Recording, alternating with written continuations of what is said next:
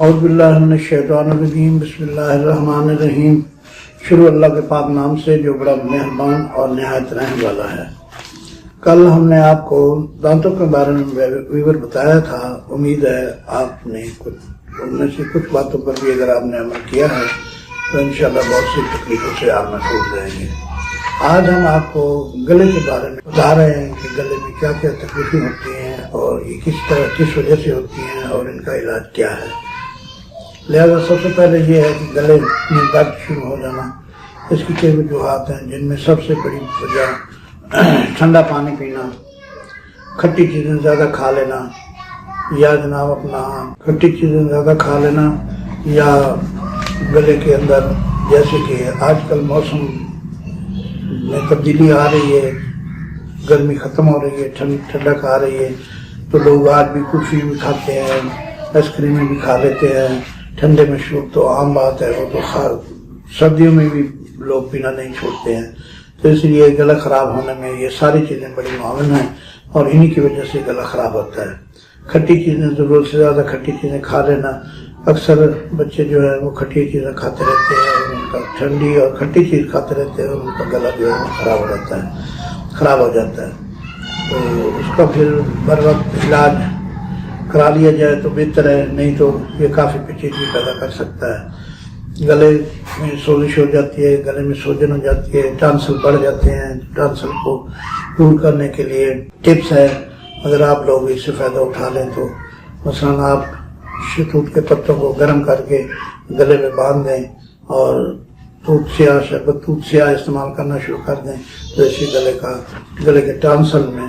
کافی فائدہ ہو سکتا ہے، انسان آپریشن سے بچ جاتا ہے۔ تو ویور بہتر یہ ہے کہ علاج سے پرہیز بہتر ہے، لہذا پرہیز کیا جائے تو بہت اچھا ہے۔ سخت سردی سے بچا جائے، ٹھنڈے پانی سے بچا جائے، ٹھنڈا پانی بالکل استعمال نہ کیا جائے۔ اگر ٹھنڈے پانی زیادہ استعمال کریں گے تو ظاہر ہے یہ پیچیدگی ہو جائے گی، گلے میں ضرور کوئی نہ کوئی ورم یا کوئی چیز ہو جائے گی۔ کیونکہ گلے کی بیماریوں میں عام جو بیماری ہیں وہ ٹانسل کا بڑھ جانا، گلے میں ورم ہو جانا، درد ہو جانا، سوزش ہو جانی، گلے کی بیرونی جو سطح ہے اس میں جناب اپنا کو رسولی بننا شروع ہو جانا، یہ چیزیں جو ہیں یہ گلے کی بیماری میں عام ہیں۔ لہذا ان کا طریقہ کار یا ان کا علاج معالجہ یا ان سے بچنے کے لیے سب سے بڑی تو وہ پرہیز والی بات ہے، اور اگر وہ نہیں ہو سکتا یا ہو جاتا ہے کسی وجہ سے تکلیف تو پھر اس کا علاج کرنے میں دیر نہیں کرنی چاہیے، جتنا جلدی ممکن ہو سکے اس کا علاج کر لینا چاہیے۔ تو گلے میں بہت ساری تکلیفیں ہوتی ہیں، جن میں سب سے بڑی تکلیف آواز کا بیٹھ جاتی ہے آواز، یا گلے کا بند ہو جانا ہے جسے خناق کہتے ہیں، خناق میں گلا بند ہو جاتا ہے۔ ان کے بھی علاج ہیں، اگر ریٹھی کو پیس کے گلے میں غرارے کرا لیے جائیں تو خناق سے بچا جا سکتا ہے۔ ویسے یہ ہے کہ وہی بات آ رہی ہے پرہیز والی کہ پرہیز آپ کریں گے تو جلدی ٹھیک ہو جائیں گے، کیونکہ خناق ایسی بیماری ہے اگر اس میں گلا بند ہو جائے تو موت بھی واقع ہو سکتی ہے۔ جس کے علاوہ گلے کا آواز کا بیٹھ جانا، یہ بھی خلنجاں جرپان یعنی لے کے اگر اسے گھس کے یا جناب اسے صفوف بنا کے وہ اگر ایک آدھی چمچی جو ہے وہ لے لی جائے پانی کے ساتھ تو گلا جو ہے گلے کا ورم جو ہے وہ ٹھیک ہو سکتا ہے، آواز جو ہے وہ کھل سکتی ہے۔ کوا گرنا یہ بھی گلے کی مرض ہے، اس میں بھی